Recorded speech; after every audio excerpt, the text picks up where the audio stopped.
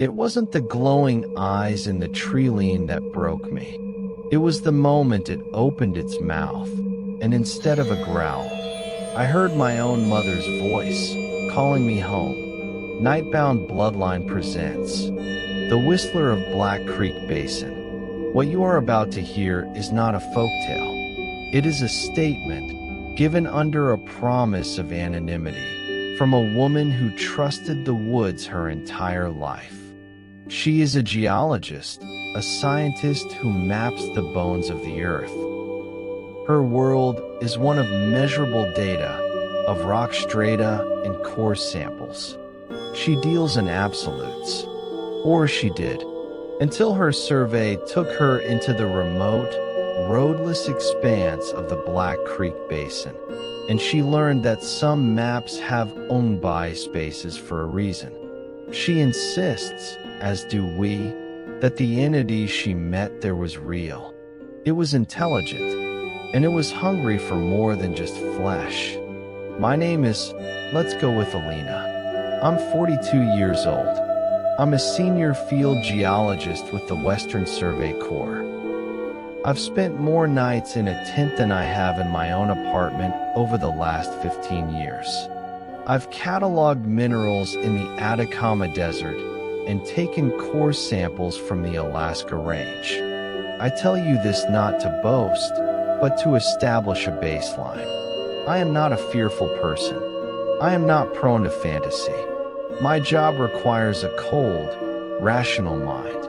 If I can't see it, touch it, or measure it, it doesn't factor into my report. I thought that way about everything. Until Black Creek. It was a standard 2-week mineralogical survey. The basin is a huge, bowl-shaped valley, choked with old-growth fir and hemlock, and supposedly picked clean by prospectors a century ago. Our satellites, however, suggested different mineral signatures. My job was to ground truth them. I was dropped off by helicopter on a high ridge. My base was a one-woman expedition tent. It was early October. The days were crisp, golden, the kind of autumn light that makes everything look painted. But the nights, they fell fast and hard, like a blanket smothering the world. The first 3 days were textbook. I'd hike my transect lines during the day, chip samples, tag GPS coordinates. The silence was profound, but it was a natural silence. The chatter of squirrels, the distant croak of ravens, the wind combing through the million needles of the firs. It was peaceful. On the fourth night, that changed. I was at my folding table, writing up notes by lantern light, and I heard a whistle. It was distant, maybe half a mile down the basin slope. A simple, 3-note tune. It wasn't a bird I recognized. Too fluid, too melodic. Almost like someone absent-mindedly whistling a nursery rhyme. It sent a bizarre chill through me. Not fear, just dissonance. You don't expect human sounds in a place devoid of humans. I shrugged it off. A trick of the wind through a rocky cleft. Maybe. The next night, it was closer. The same 3-note tune. Clearer. It came just after full dark. This time, the silence that followed was absolute. The squirrels, the owls, everything just stopped. The forest was holding its breath. I sat frozen in my tent, my hand on my field knife, listening so hard my ears ached. Nothing. For hours, nothing. I wrote in my log that night, auditory pareidolia, stress-induced.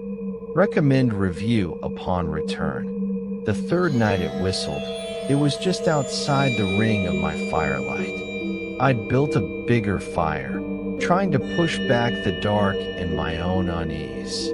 The flame was the only thing moving. Then the whistle came, from the tree line, maybe 30 yards to my east. Not a tune this time. A single, piercing, rising note that cut off abruptly. My blood went to ice. I stood up, my headlamp sweeping the wall of black trunks. And I saw it. It stood at the edge of the light, half behind a massive Douglas fir. It was tall, 7 feet at least, and impossibly thin. Its limbs were long, spindly, and seemed to bend in subtly wrong places, like a sapling warped by constant wind. It wasn't furred, not exactly. Its skin looked like the bark of a birch tree, pale and streaked with vertical, dark grooves.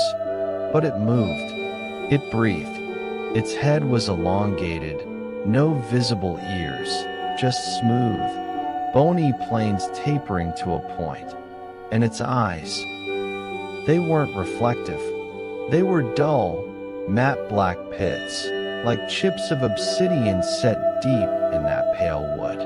They didn't gleam in my light, they just absorbed it. But the worst part was its mouth. A long, horizontal slit below those eyes. It was closed, and it was just watching me. I didn't scream. I couldn't. All my training, all my rationality shattered like glass.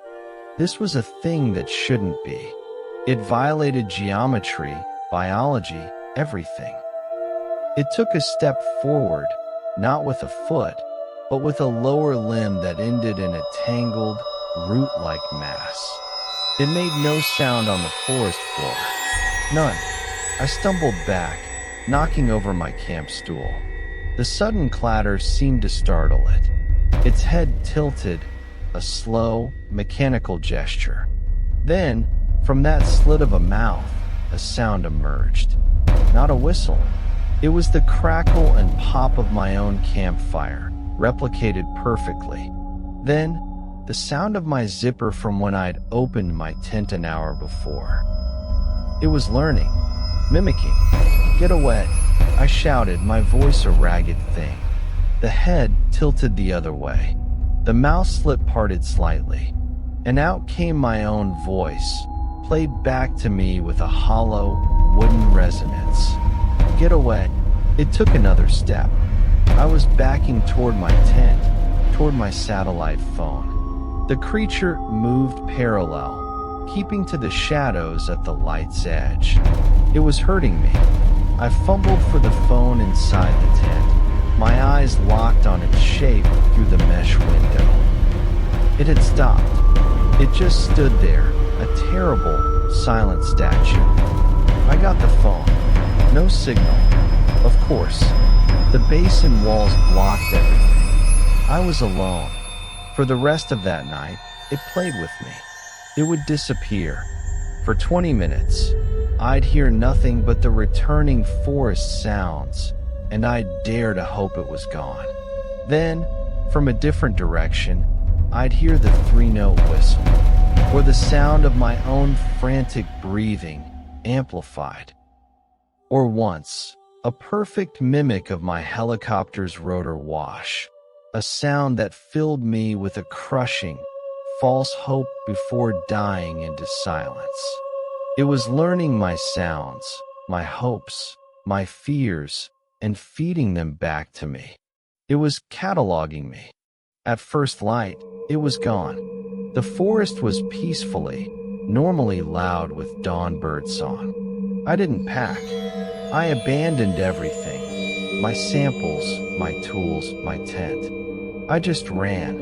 I navigated by compass, stumbling through undergrowth, falling, getting back up. I ran for 8 hours until I hit a logging road. A truck found me, covered in mud and scratches, sobbing uncontrollably. I filed no official report. What would I say? I claimed a bear encounter, a mental break from isolation. They gave me leave. I haven't set foot in deep wilderness since. I teach now, in a classroom, with no windows facing trees. But sometimes, late at night, if the wind is just right through the alley behind my apartment building, I'll hear a fragment of a 3-note tune. or the sound of a zipper. And I know, it's still out there. It learned my sound signature. And I am now, forever, a part of its map. Alina's account leaves us with a chill that has little to do with simple fear of the dark. It speaks to something far more unsettling, an intelligence that observes, learns, and mirrors. The Whistler of Black Creek Basin wasn't just a predator of the body. It was a thief of identity, consuming the very sounds that make us who we are. For centuries, our maps have contained spaces filled with warnings or left ominously empty. We've filled them in with roads and cities, believing we've tamed the unknown. But stories like this remind us that the spaces never truly disappear. They just recede into the deepest valleys, the oldest forests, waiting. And perhaps, in those silent places, something is always listening, learning to speak in voices that are not its own. If you have a story of a space, a place where the map and the world did not align, we invite you to share it with us. Write it in the comments below. Your experience may be the clue that connects another's nightmare. If you value these journeys into the shadows, please give this video a like and subscribe to Nightbound Bloodline. Tap the bell so you won't miss our next descent into the unknown. This has been Nightbound Bloodline. Thank you for listening. Until next time, sleep with one eye open.